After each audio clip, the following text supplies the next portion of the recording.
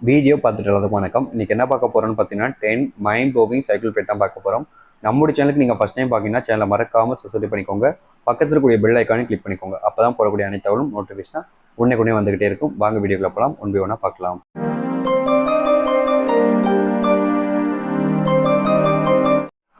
ஆண்களுடைய வாழ்க்கையில் பொறுத்தவரை அவருடைய மனதில் இருக்கக்கூடிய கஷ்டங்களை அவ்வளவு எளிதில் கூற மாட்டார்கள். அப்படி கூறினார்கள் என்றால் அவர்களுக்கு இவர்கள் அதிகம் பிடித்திருக்க வேண்டும்.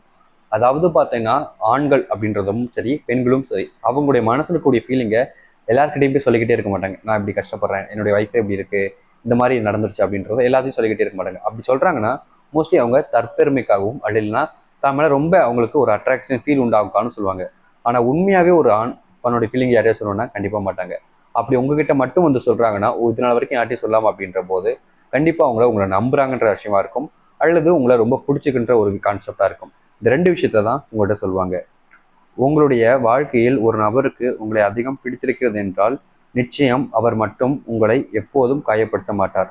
உங்கள் ரிலேஷன்ஷிப்பில் ஒருத்தவங்களுக்கு உங்களை பிடிச்சிருக்குனாலே கண்டிப்பாக மற்றவங்க யாருமே உங்கள் ரிலேஷன்ஷிப்பை பார்த்தீங்கன்னா உங்களை காயப்படுத்தாமல் இருப்பாங்க. அது ஆணாக இருக்கலாம், பெண்ணாக இருக்கலாம். ஏன்னா நமக்கு பிடிச்சவங்களை நம்ம கஷ்டப்படுத்துறங்கிறது நமக்கு ரொம்ப கஷ்டமாகும். உண்மையை சொல்லணும்னா நமக்கு பிடிச்சவங்க ஏதோ ஒரு விஷயத்துக்கு அழுதா கூட அது நம்ம மனசை உடைக்கும். அவ்வளோ கண்ணீர் துளி நம்ம மனசு வந்து வெளியே வர வைக்கும். இதுதான் உண்மையான ஒரு ட்ரூவான ரிலேஷன்ஷிப். அவங்க அழுகிறத நம்ம பார்த்து சிரிக்கிறாங்க அப்படின்னா கண்டிப்பாக அவங்களுக்குள்ள அன்பு இருக்காது. எந்த ஒருத்தவங்க அழுகிறத பார்த்து ஒருத்தங்க கஷ்டப்படுறாங்களோ அவங்களுடைய மனசுல தான் ஈரமும் காதலும் இருக்குன்றத புரிஞ்சுக்க முடியும்.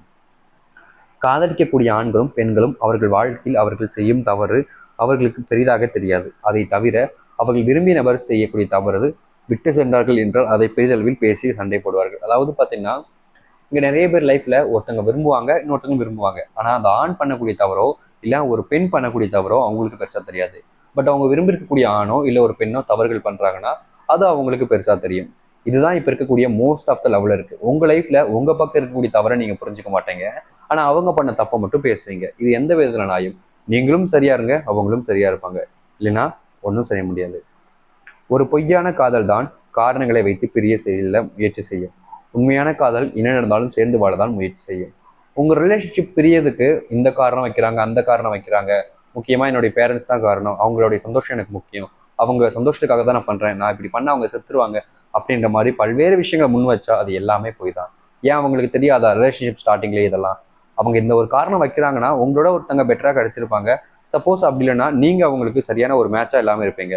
ஸோ இந்த ரெண்டு காரணங்கள் மோஸ்ட்டாக இருக்கும். இதனாலேயே பிரேக்கப் நிறைய விஷயங்கள் நடக்கும். ஆனால் காரணம் உங்களோட வீட்டில் இருக்கக்கூடிய நபராக இருப்பாங்க.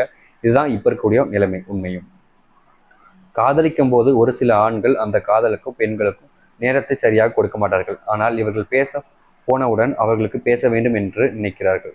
அதாவது பார்த்தீங்கன்னா இங்கே இருக்கக்கூடிய ஒரு சில ஆண்கள் பெண்களும் நான் சொல்கிறேங்க, லவ் பண்ணுவாங்க. லவ் பண்ண ஸ்டார்டிங்கில் நல்லா பேசி நல்லா ரிலேஷன்ஷிப் இருந்திருப்பாங்க.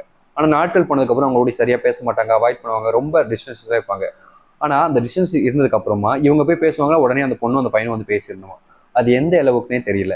இப்போ நான் ஒருத்தவங்க விரும்பும்போது நான் அவங்ககிட்ட போய் தேடி தேடி பேசுறேன். ஆனால் அவங்க என்னை கண்டுக்காம போய்கிட்டு இருக்காங்கிற போது அவங்க வந்தோடனே நான் பேசிட்டேன் அப்படின்னா அப்போ என்னுடைய ரெஸ்பான்சிபிலிட்டி எனக்குன்னு இருக்கக்கூடிய எந்த ஒரு விஷயமும் இல்லை. முக்கியமாக சொல்லணும்னா அவங்க விருப்பப்பட்டா பேசுறதுக்கும் அவங்க விருப்பம் இல்லைன்னா என் கூட பேசாமல் இருக்கிறதுக்கும் நான் நடமாடும் பொம்மை கிடையாது. அந்த மாதிரி ஒரு விஷயத்த தான் நிறைய பேர் இருக்காங்க. அப்படி ஒரு விஷயம் உங்கள் லைஃப்ல இருந்தால் முடிஞ்ச அளவுக்கு அதை விட்டு வெளியே வர பாருங்க, பெட்டராக இருப்பீங்க. இந்த ஒரு வீடியோவில் தான் பிடிச்ச லைக் பண்ணுங்க, ஷேர் பண்ணுங்க. தட்டை செய்யும். பாய்.